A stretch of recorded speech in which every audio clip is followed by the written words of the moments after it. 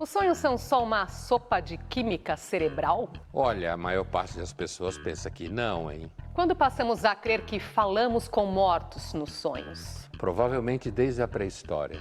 Falamos com mortos nos sonhos? Olha, eu acho que não, mas a maior parte das pessoas acha que sim. Um sonho pode ser um bom ou um mau presságio? Pode ser os dois ao mesmo tempo, depende de quem interpreta.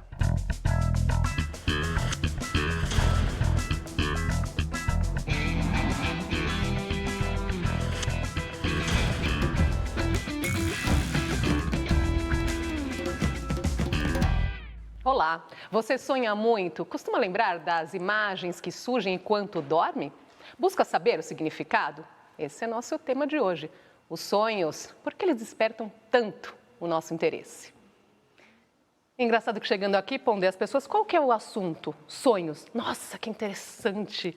Instiga sempre, né? É um assunto que instiga muitas pessoas. Sem dúvida, né? Porque é um negócio meio misterioso, né? Assim, você não tem muito controle, ou quase nenhum, né?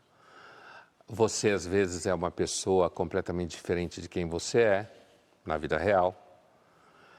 Você se mete em situações que são situações completamente estranhas ao seu dia a dia. Você sonha com mortos, né? E assim, e provavelmente, se o Linhas Cruzadas fosse um programa feito há 100 mil anos atrás, o que é uma hipótese absurda, é claro, mas se o Linhas Cruzadas fosse um programa feito há 100 mil anos atrás e você falasse, o tema de hoje é sonhos, que interessante, ia ser a mesma coisa, porque os sonhos e a forma como a gente se relaciona com ele é algo que é pré-histórico. Começar falando então dos sonhos nas religiões, não é? Pensando que a crença de que Deus se comunica por meio dos sonhos, que são chamados sonhos premonitórios. A relação com os sonhos é uma relação que transcende o universo judaico-cristão, que é o universo ocidental na sua maior parte, digamos assim, né? Da Bíblia, o Deus da Bíblia.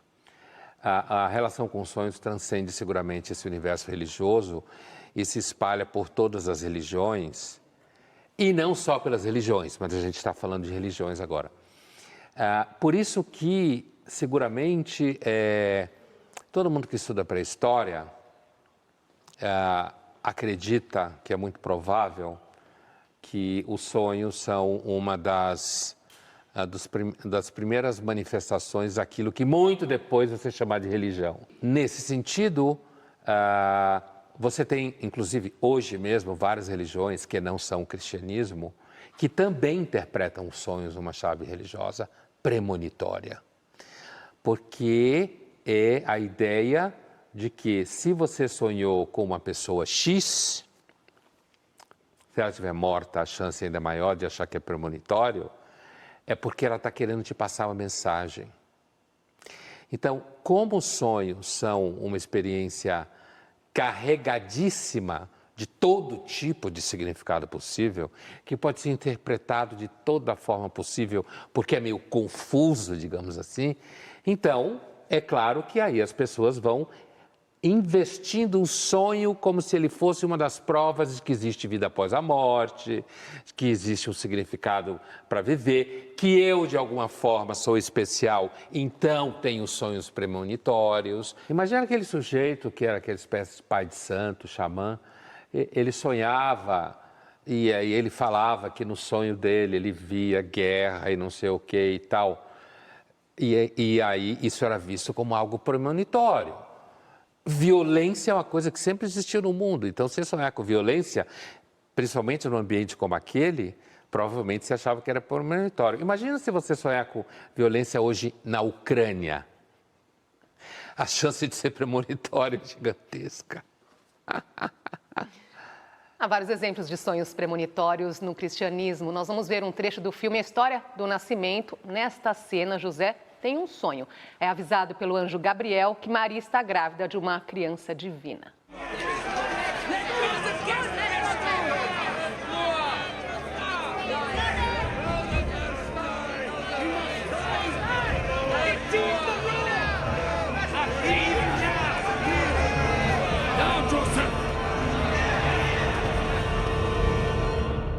Joseph, fear not, for that which is conceived in Mary is of the Holy Spirit, and she shall...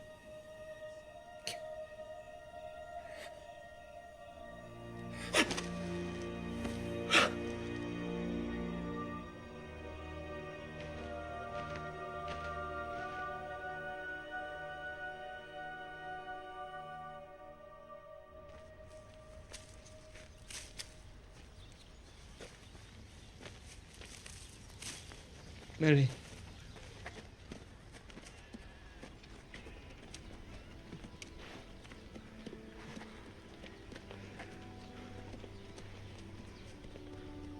And you shall call his name Jesus.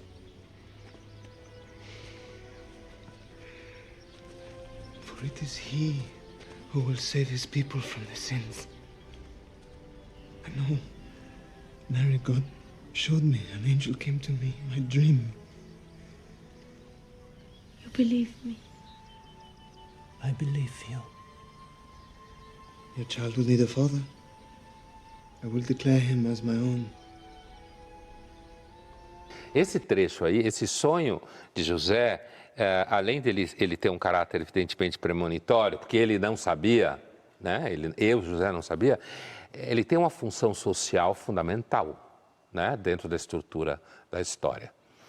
Porque se José não acredita que a mulher dele está grávida de Deus, divinamente, ela é adúltera. Ia estragar toda a história. Ou seja, se ele não tivesse tido esse sonho, já era, ia né? para o saco. Quer dizer, Deus inclusive ajudou tanto Maria quanto a ele com esse sonho, né? Digamos assim, Deus foi terapêutico com esse sonho. Inclusive porque tem uma questão também na história que era o seguinte, mulher adúltera era apedrejada. E nessa cena, inclusive, o sonho começa assim, ele ia apedrejar. Aí ele muda de ideia, desiste justamente porque ele recebeu essa mensagem. Porque o marido, inclusive, ia participava também do ato, né? Então, e é claro, ele já sabe que o nome vai ser Jesus, e no pacote é uma criança divina que vai salvar o mundo dos seus pecados, não sei o que e tal, e ela fala, então você acredita em mim? É evidente que é um caso típico, a Bíblia, só para ficar no universo judaico-cristão, também tem um caso do sonho de José, aquele filho de Jacó, que depois será Israel, o Jacó, que ele sonha com as 7 vacas gordas, depois as 7 magras, e aí ele vai interpretar o sonho do faraó, que o sonho do faraó, ele vai interpretar, dizer, olha, tem 7 anos de riqueza, 7 anos de pobreza, quer dizer, e também é uma interpretação de sonho fundamental, né? Vamos ver depoimentos de líderes de diferentes religiões falando sobre os sonhos. O sonho na Umbanda, especialmente na Umbanda, para muitas pessoas ele é uma forma de a pessoa ter informações mentais quando está dormindo, etc. Tal. Muita gente nos procura que sonhou com tal e tal, quer que a gente decifre, também é uma coisa impossível. Aí você precisa fazer tratamento, trabalho, etc., para decifrar certos sonhos. Não temos uma interpretação específica para cada sonho e não aconselhamos a pessoa a procurar interpretar tudo aquilo que vê em sonho. Porém, dependendo daquilo que a pessoa vê, isso pode ser interpretado como algo bom ou algo ruim.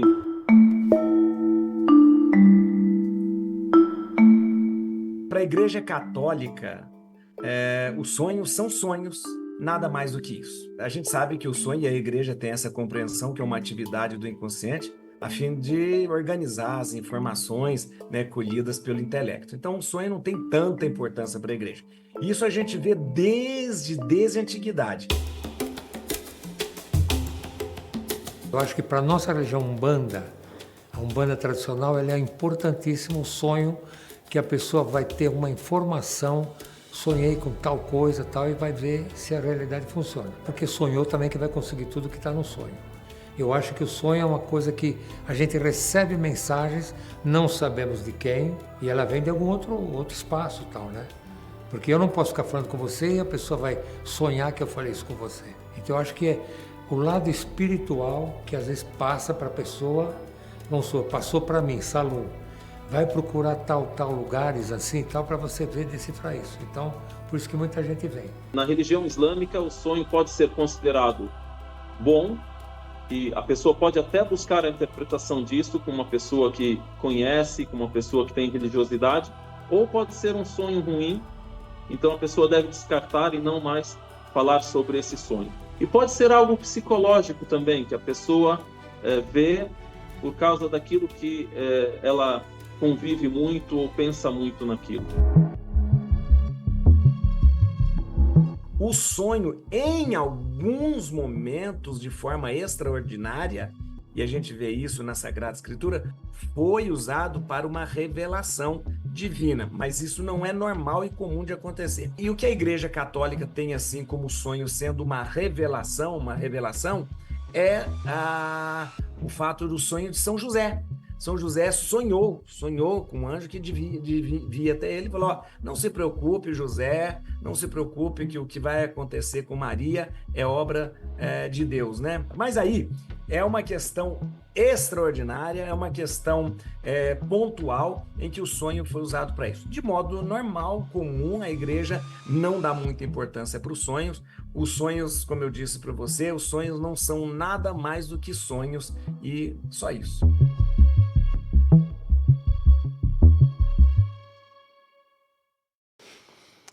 Você vê, é interessante, Andresa, como no discurso do padre, principalmente, no Islã a coisa fica meio que nem cá nem lá, né? O sacerdote da Umbanda, ele é que dá, digamos assim, um teor um pouco mais religioso, de fato, ao sonho. Mas no discurso do padre, é claro, aquilo que a gente vai observar, inclusive quando a gente falar do olhar científico sobre o sonho, como o sonho ele vai perdendo toda a sua espessura de significado. É só um sonho. A frase é meio assim, né? Um sonho é só um sonho. Um processo de empobrecimento do significado do sonho como um veículo do transcendente, que a gente se comunica com o mundo divino ou com o mundo dos mortos. Apesar de que, como bem diz o padre, as Sagradas Escrituras, como ele fala, ela está, digamos assim, coalhada de sonhos importantes, né? Assim como se a gente atravessar a Idade Média Europeia, por exemplo, você tem um monte de coisas. E sonhos que mudaram o rumo da história, inclusive, né? Sim, claro, né? Que quando foi gente importante que teve, como Constantino, por exemplo, né? Muda o curso, inclusive do próprio cristianismo, da história do Império Romano e tudo mais. Sonho é uma coisa que todo mundo tem de graça, né? E a ideia de que seu sonho significa alguma coisa é muito significativo para a pessoa que o tem, né? E é por isso que, como disse o ministro da Umbanda, as pessoas levam sonhos para eles, e é muito comum isso mesmo, para dizer que sonhou, e muitos, seja da Umbanda, do Candomblé, vão interpretar esses sonhos a partir do universo de orixás, né? Com os símbolos, analisar o que foi falado. E tem uma outra coisa importante, Andresa, quanto mais você está dentro da religião, quanto mais você está mergulhado na prática religiosa, maior a chance de você começar a achar que o sonho tem sentido religioso. Por que o sobrenatural atrai tanto as pessoas? Porque o sobrenatural, como já diz o nome, é algo acima do que é natural. E porque o sobrenatural normalmente faz com que as pessoas sintam que a vida delas não é tão banal assim. Nem a delas, nem a minha, nem a sua, nem a de ninguém. E no próximo bloco, os sonhos como fonte de inspiração. A gente volta já.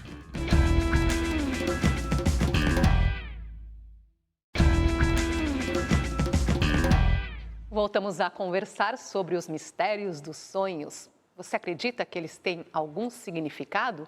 São um sinal? Eu não acredito que o que a gente sonha durante a noite tem algum significado. Eu acredito que aquilo que a gente sonha é decorrência daquilo que a gente viveu durante um dia ou aquilo que está na nossa mente por alguma coisa que a gente viu. Então eu não acredito que tenha algum significado. Eu sonho toda vez, quase toda vez com esse sonho, não exatamente o mesmo sonho, mas sempre a mesma história. Mas para mim tem um significado. Não só esse sonho, acho que para todo mundo sempre tem um significado. Eu acredito que não. Apesar de eu já ter tido sonhos estranhos e já ter buscado significado neles, antigamente eu acreditava que sim, hoje eu acredito que não. Depende, talvez, porque às vezes a gente sonha que está sendo perseguido e que sinal que é esse, né? Sim, eu acho que tem algum significado. Porque muitos deles, você acaba interagindo com o sonho. Um exemplo, né? Se você sonha que você está chorando, muitas vezes você acorda chorando, eu creio que tem sim um significado, sim. Eu acho que tem.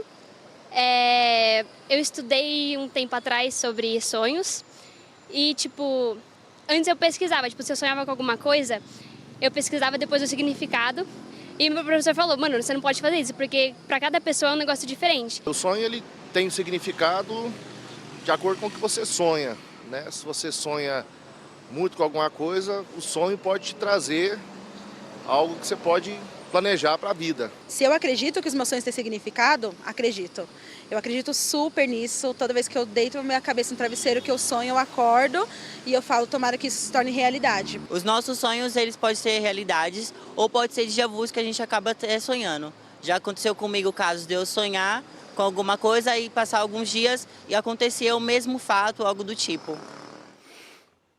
Olha aí, quer dizer, a gente tem um universo de manifestações que vão desde não tem significado nenhum até, como esse menino último, significado premonitório, que é disso que ele está falando.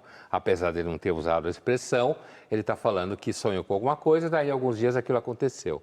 E isso tudo porque é uma experiência cotidiana, muitas vezes carregada de muito significado, não só significado, emoção, com uma carga afetiva muito grande. Um deles, inclusive, fala que às vezes uma pessoa sonha com alguma coisa, está chorando no sonho e acorda chorando. É claro, é você que estava chorando, né, do sonho. Então, você continua a chorar depois que acaba o sonho. Então, o sonho ele está naquele território que ninguém sabe direito o que é. Há uma escuridão ao redor do sonho. Mesmo que você esteja numa praia de sol, a imagem está cercada de uma certa escuridão, né? Teve uma entrevistada que ela comentou que chegou a estudar os sonhos, né? E o professor disse, e ela buscava o significado, e o professor dela disse, não, para com isso, porque não adianta, porque para cada um vai ter um significado diferente, né? A fala do professor indica já a ideia de que o sonho tem significado psicológico para cada pessoa, que é muito comum se analisar dessa forma, né? Mas o discurso das pessoas, você percebe que assim, eu já acreditei, hoje eu não acredito mais. Às vezes você sofre uma grande desilusão com relação a um sonho e aí você para de acreditar que ele tem algum significado. Mas a verdade é que nós não sabemos quase nada acerca dos sonhos, mais do que se sabia na pré-história e na antiguidade. É claro que a gente sabe mais em relação a certas áreas do cérebro, certas atividades de como acontecem, claro que a gente sabe mais. Mas enquanto a possibilidade dele ser só uma sopa de átomos cerebrais, como a gente falou no começo do programa, ou ele ser algo mais, a gente não sabe. Tem coisas, Andresa, que a gente não sabe praticamente nada mais do que se sabia 200 mil anos atrás.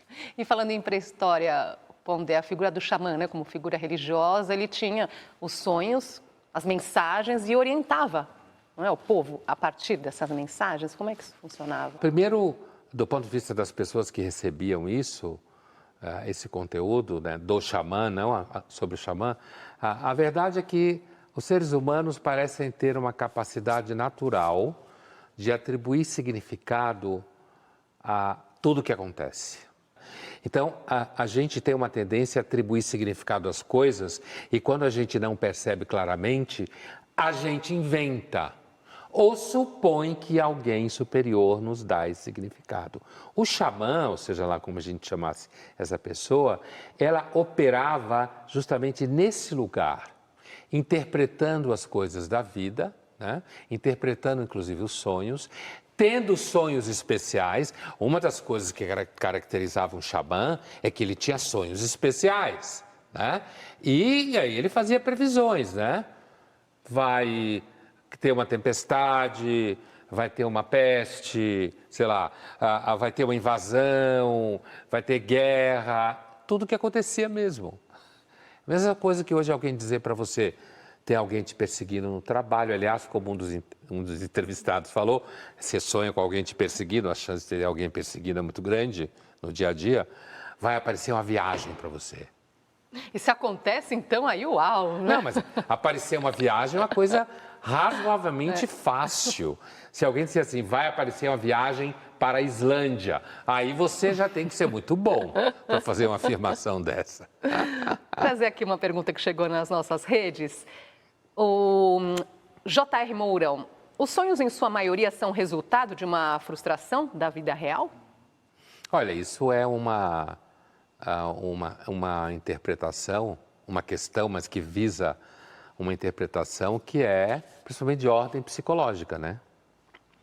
Porque é toda uma linha de interpretação de sonhos no mundo da psicologia profunda, do inconsciente e tal, a ideia de que o sonho expressa desejos, ou reprimidos, ou desejos que você queria, mas não conseguiu realizar. E aí, nesse sentido, o sonho poderia ser um veículo em que você realiza, de alguma forma, um sonho frustrado, um desejo frustrado.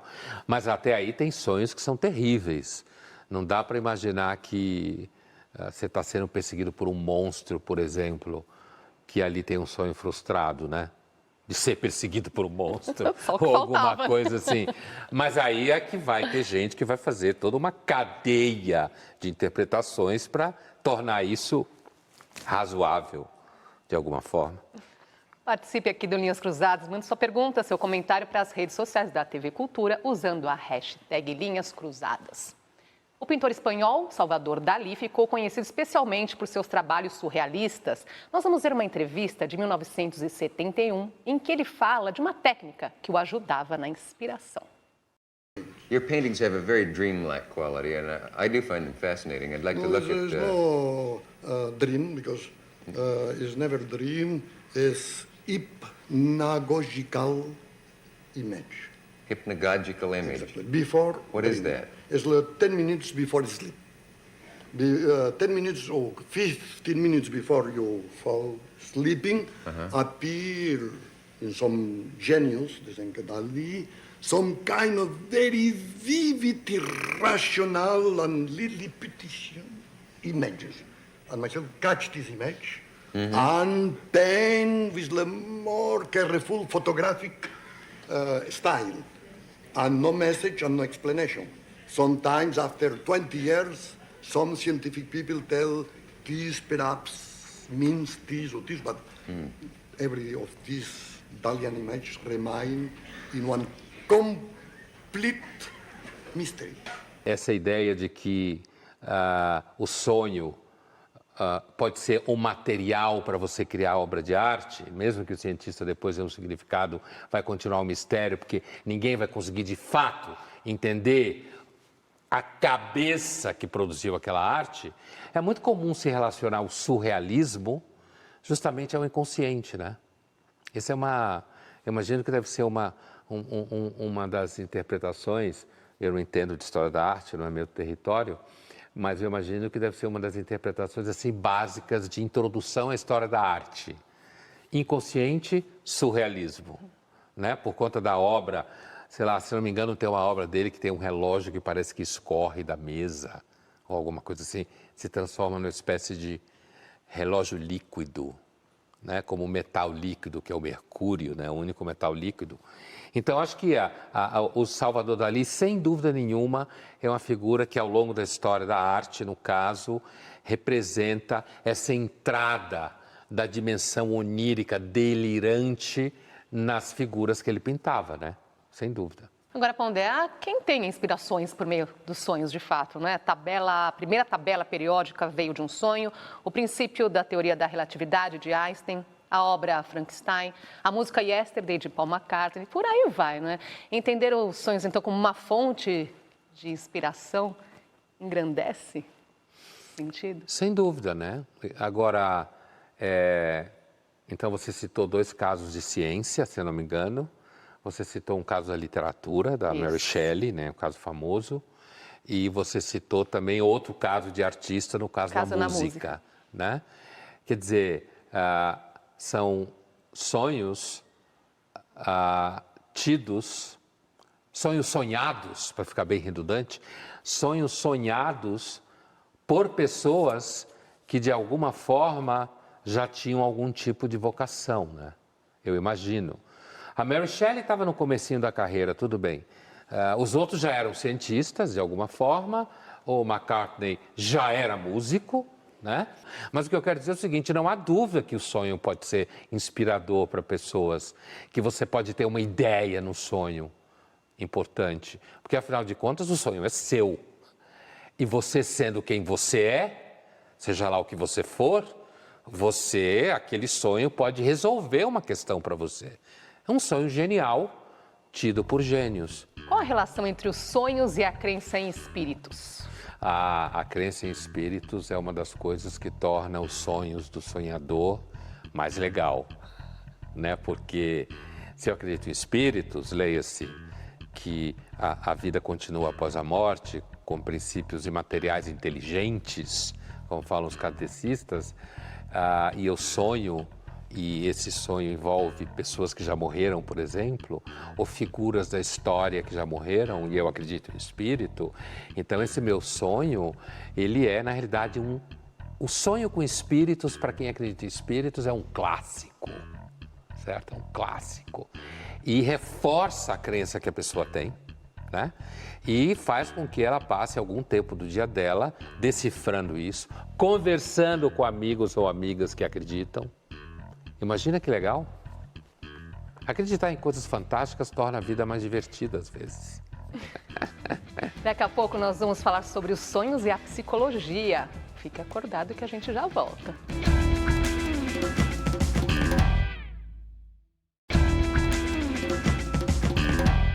Voltamos a conversar sobre sonhos, o mistério dos sonhos. Para a psicanálise, Pondé, os sonhos são mensagens do inconsciente, não é? Podem expressar nossos desejos mais profundos.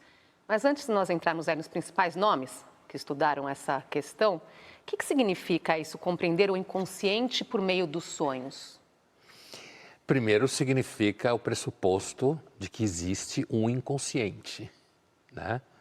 Que é fundamental para a psicologia profunda, como a gente fala, que, digamos assim, as 2 tradições mais conhecidas é justamente aquela que deriva do Freud e do Jung, né? Mas o inconsciente é um conceito que vem antes deles, aparece já no romantismo alemão, que é o pressuposto de que existe uma vida mental, digamos assim. A palavra não é muito poética, mas existe uma vida mental em nós que nos influencia, vai haver diferença entre Freud e Jung, mas que nos influencia e que nós não temos ciência dela. Pois é, então vamos esmiuçar um pouquinho mais Freud, não é? Que ele tem esse livro famoso, a Interpretação dos Sonhos, ele falava muito no sonho como desejo reprimido. Sim, E algumas vezes, especificamente, desejo sexual reprimido, né? Mas desejo reprimido já está claro. Significa o quê? Significa que, então, você tem esse conceito de inconsciente, que é uma vida psíquica que não acende a consciência, né? Mas que de vez em quando aparece nos sonhos, o Freud vai falar que aparece nos sonhos, aparece em sintomas do que a gente chamaria hoje em dia de psicossomáticos, como as suas famosas histéricas. Pacientes, de repente, não conseguem mexer a perna, mas você analisa, não tem nenhum problema na perna. Ou, de repente, fica cego, você analisa os olhos, não tem nenhum problema nos olhos, tá? Conversão histérica, como se chamava na época. O inconsciente, ele pode se manifestar também em piadas, em truques, trocando uma palavra numa frase para dar um outro significado, ou quando você troca sem querer, não de propósito. Quando você erra, você ia falar A e fala menos A, né? Tudo isso seria formas de que o inconsciente consegue romper a barreira da repressão, né? Voltando aos sonhos. Então, o sonho, ele seria uma manifestação, um núcleo duro do sonho, seria uma manifestação de um desejo reprimido, porque esse desejo está reprimido, porque ele não pode ser realizado, porque senão ele vai esculhambar seu equilíbrio psíquico, de alguma forma, vai trazer conteúdos que de repente faça você sofrer moralmente, faça você sofrer em seus vínculos afetivos à sua volta, possa colocar em risco o seu status social, uma série de coisas. Então esse sonho está reprimido. Se está reprimido, ele carrega um conteúdo lá embaixo, né? Freud não gostava muito dessas metáforas de lá embaixo, lá em cima, mas elas são úteis. Lá embaixo tem a ver com o Édipo, com o primeiro grande desejo reprimido, que era a vontade de você transar com a sua mãe. Não é assim banal desse jeito, mas, né? Não é que você sonha com a sua mãe de lingerie, não é isso, né? É bem mais complicado que isso. Mas assim, e aí, no sonho, como a repressão, que é esse mecanismo que mantém o conteúdo que não pode vir à consciência porque vai gerar muita angústia, muito sofrimento e desorganização, no sonho, essa repressão é como se ela dormisse também um pouco, né? Ela fica um pouco mais light, menos atenta, para fazer uma metáfora, e aí conteúdos que estão no inconsciente lá reprimido, ele aparece aqui a partir de um certo processo que o Freud vai descrever. Vamos ver uma cena do filme Freud, Além da Alma, de 1962, em que o psicanalista interpreta o sonho de uma paciente. I'm the painted girl. Essa cena é maravilhosa, porque ela é extremamente didática, carrega vários elementos dentro dela, né? O próprio Freud aponta para a famosa história do Putifar, que tinha ajudado José e a esposa dá em cima dele, em cima do José, o José não aceita, vai embora, e ela fala mal dele, ele se ferra, não sei o quê. Tem a história da sedução no meio, né? E o Freud está aí. Quem você conhece que chama José? Joseph Breuer, que era o analista dela. Então, Freud está identificando ali o desejo da paciente pelo analista, que é um tema recorrente na psicanálise e tal. Mas você tem os elementos ali, o Freud está apontando elementos. Olha, o sonho está falando dela, da menina que se pinta, da menina que quer seduzir o médico, certo? Só que ela constrói todo um conteúdo aparentemente distante dela, da vida real dela, joga ela mesma como esposa do Putifar do Egito na Bíblia, ou seja, é um elemento que ela conhece, tanto que ela sabe quem é a figura, e aí o Freud dá o salto mortal. Eu estou falando com sotaque francês. O que te lembra no sotaque francês a palavra Putifar? Putain. Ela imediatamente entrega o jogo. Quer dizer, para o Freud, o sonho, para ele realizar um desejo escondido, reprimido, né, ele precisa passar por um processo de condensação e deslocamento. Quer dizer, você tem que condensar elementos que normalmente não estão juntos um com o outro. Então, você tem que, por exemplo, condensar uma figura egípcia com um sujeito vestido como cavalheiro da época que ela vivia, né? E você tem que deslocar o conteúdo. Então, ela se vendo como uma puta que quer seduzir o médico, a mãe dizendo que ela fica se pintando, que não pode apagar, mas ao invés de ela se colocar no lugar de uma puta, como ela estava se colocando inconscientemente, ela se coloca no lugar da esposa do Putifar, que não deixa de agir de forma incorreta ao ser casada e tentar seduzir o José, que morava com eles, e dessa forma ela não tem consciência que ela está pensando nela como puta. Ela jogou a história para a esposa do Putifar, para a Bíblia, e trocou a expressão putain pela expressão Putifar, ou seja, deslocou a coisa do lugar e jogou em outro lugar, né? E por aí o Freud vai juntando as peças e chega à teoria dele. Jung também falava do inconsciente. Os dois foram contemporâneos. O que ele traz para o entendimento dos sonhos? O Freud alocava muita expectativa no Jung, né? De certa forma ele acertou, de fato Jung era brilhante, né? Tão brilhante que acabou criando a sua própria teoria, né? Mas não ficou como discípulo do Freud, né? Inclusive o Jung fala em alguns momentos que o Freud era muito autoritário, que não aceitava discordância, coisas que não só o Jung falava do Freud, né? Mas, entre outras coisas, acho que um elemento importante com relação ao inconsciente e aos sonhos que o Jung traz é seu famoso conceito de inconsciente coletivo, que o Freud não tem. Para o Freud, o consciente é sempre individual. Para o Jung, há o inconsciente individual, é claro. Primeiro, o inconsciente, os sonhos não são resultado de desejos reprimidos sexuais, né? E o inconsciente individual, ele na realidade está como que ligado, ou ele faz parte de um inconsciente coletivo da humanidade como um todo, que atravessa o tempo e o espaço, certo? E que, por exemplo, viajando aqui na cena do sonho, né, o fato dela ser egípcia, esposa do Potifar, já nos abre a ideia de que o sonho dela podia estar sendo alimentado por algum tipo de arquétipo da mulher adúltera, da mulher imoral, e que vem uma imagem desde o Egito, essa imagem é uma imagem recorrente, certo? Na história da humanidade e no inconsciente coletivo como um todo, que se manifesta no consciente individual. Tem mais uma coisa, que é o fato de que o inconsciente para o Jung, ele na realidade, e os sonhos, ele vai acomodando heranças ancestrais que não podem se manifestar. No próximo bloco, o que a ciência diz sobre os sonhos? A gente volta já.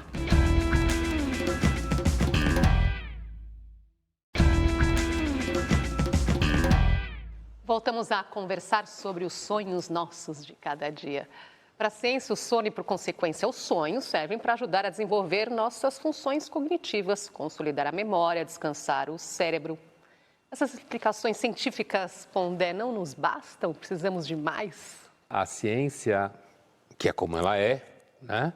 Ela explica como é o funcionamento das coisas. Então, por exemplo, a função do sonho é reequilibrar a vida emocional, certo? A função do sonho é também trabalhar a favor de um processo cognitivo mais eficaz. Portanto, o conteúdo do sonho enquanto tal não é o que importa, é o fato dele existir, né? É o fato do cérebro continuar funcionando da forma esquisita que é no sonho e isso somar a fisiologia normal do cérebro. E você vê, por exemplo, vou usar um exemplo que é um clichê, mas nem por isso deixa de ser dramático, né? Quando alguém perde um ente querido, né?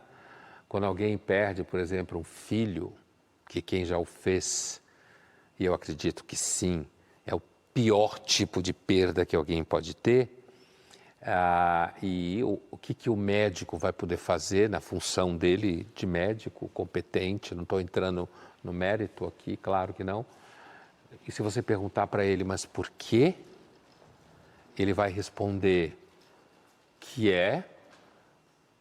ele vai explicar a cadeia causal fisiopatológica que gerou o efeito letal conhecido como morte, né? É isso que ele vai poder explicar, né? Ele pode até adentrar pela genética, ou ele pode fazer referência à alimentação, ele pode fazer referência a hábitos, por exemplo, como fumar, em alguns casos, de patologias ligadas ao pulmão, por exemplo. Mas essa explicação não conforta, né? Não. Quer dizer, quando alguém perde um ente querido, ela pergunta por quê, e todo mundo que já perdeu um ente querido sabe disso, é como se você batesse numa parede, entendeu? Você bate numa parede. Não tem porquê. É o que é. A ciência não consegue resolver isso. Sobre esse assunto, como a ciência entende os sonhos, ouvimos o neurologista e médico do sono, Luciano Ribeiro. Os sonhos podem ser vistos sob 3 vertentes. Uma vertente metafísica, com aspectos místicos, mágicos, religiosos. Uma vertente psicológica, principalmente psicanalítica, com os relatos de Freud e de Jung.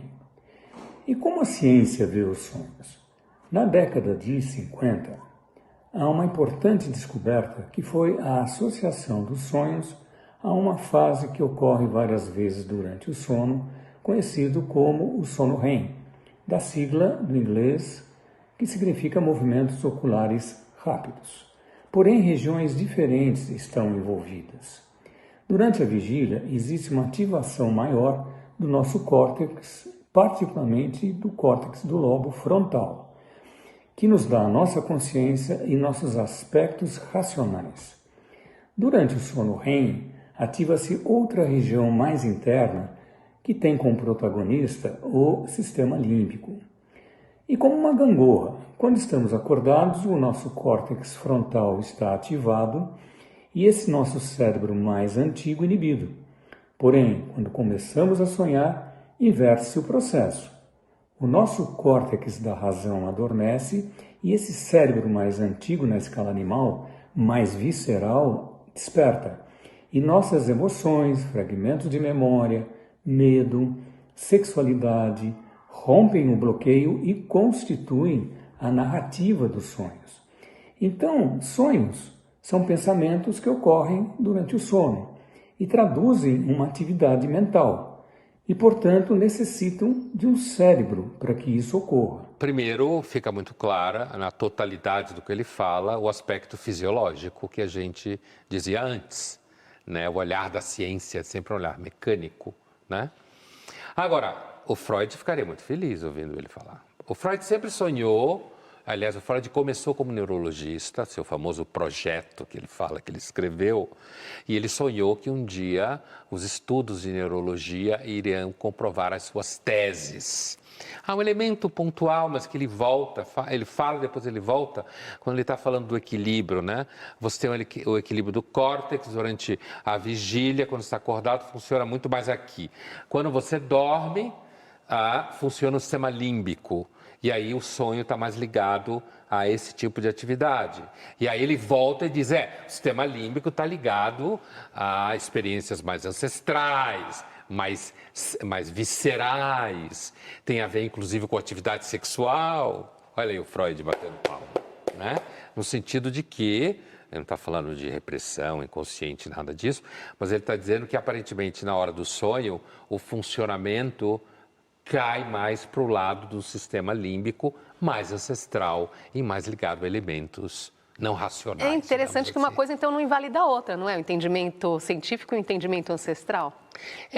A fala dele aqui, essa interpretação dele, de certa forma, inclusive, reforça tanto a hipótese do Freud, quando ele fala, inclusive, de elementos sexuais, quanto a hipótese do Jung, quando o Jung traz todos esses elementos ancestrais antigos que estão presentes em nós e se manifestam no sonho. Eu acho que tanto Freud quanto Jung ficariam felizes de escutar isso. Bom, daí um artigo para a revista Time chamado Por que nós não devemos ignorar nossos sonhos, o cientista Siddhartha Ribeiro defende a importância dos sonhos. Ele diz que com todos os estímulos que invadiram nossas vidas, a oportunidade de dormir e sonhar está cada vez mais ameaçada. A perda de sono pode levar ao déficit de memória, alterações de humor, depressão, obesidade, diabetes, doenças cardiovasculares e riscos de doença de Alzheimer. A perda de sonhos, por sua vez, pode levar a uma profunda falta de percepção dos nossos desejos, medos e desafios, bem como a uma incapacidade de avaliar as consequências de nossas ações. E nós sabemos que para lembrar dos sonhos é preciso ter tranquilidade, acordar com calma, dar um tempinho para ter essa lembrança. Na nossa rotina diária, nós estamos perdendo aí essa conexão com os sonhos, como faziam os nossos ancestrais? Eu acho que o que o Siddhartha fala está corretíssimo, né? Tanto do ponto de vista de uma análise histórico-social, quanto dos sintomas psíquicos, psicológicos e neurológicos disso. Certíssimo, né? Primeiro porque a ideia de que dormir é perda de tempo, né? Tem até um livro interessante chamado 24/7, 24 horas por dia em português, que é o capitalismo, como a produção vai exigindo horas de sono, que você devia estar dormindo, porque você não está fazendo nada, né? Por esse lado que todos os danos que isso pode causar, inclusive a memória, a capacidade cognitiva e tudo mais. E depois, já que você não dorme, você tem menos tempo para sonhar. E aí, quando você tem menos tempo para sonhar, então você perde a chance, inclusive, de ser mais reflexivo, que é o que ele está falando. De você pensar sobre desejos que, de repente, você não tem clara consciência, mas o sonho traz à tona e você diz, olha, não é mesmo? Eu não estou com isso na cabeça mesmo há algum tempo. Quer dizer, o sonho como elemento de ampliação da consciência. Que, na realidade, é o que o Freud e o Jung estavam falando, cada um do seu jeito.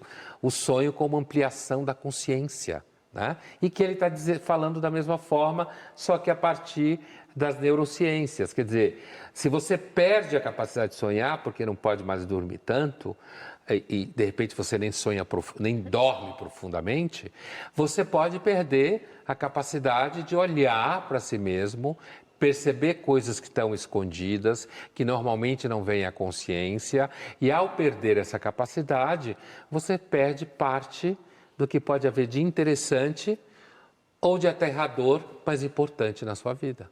Vamos ver um vídeo do Porta dos Fundos, Sonho, em que a mulher sonha que o marido estava traindo ela. Acorda, Mário! Acorda, Mário! Foi? Que foi o caralho, Mário? Como é que você me apronta uma coisa dessa? Me vem com o que foi? O que você tá falando? Você tava beijando a Andréia da Logística na frente de todo mundo. E ele, que Andréia? Que você conheceu ontem! Onde? Na festa do meu pai Iguaba! Amor, olha só, você tava sonhando, volta a dormir, tá? Mas isso não impede de você ser um grande filho da puta! Eu não fiz nada de errado!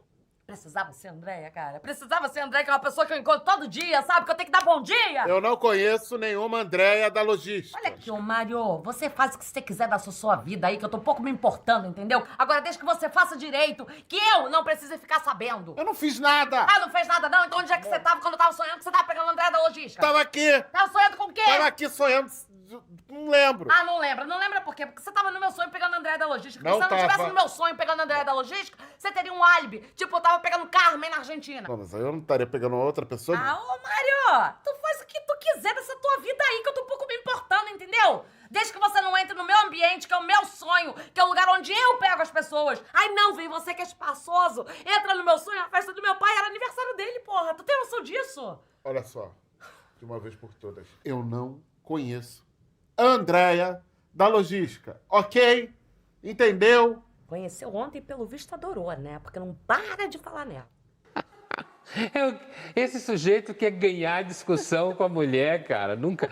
Desde a pré-história isso não existe.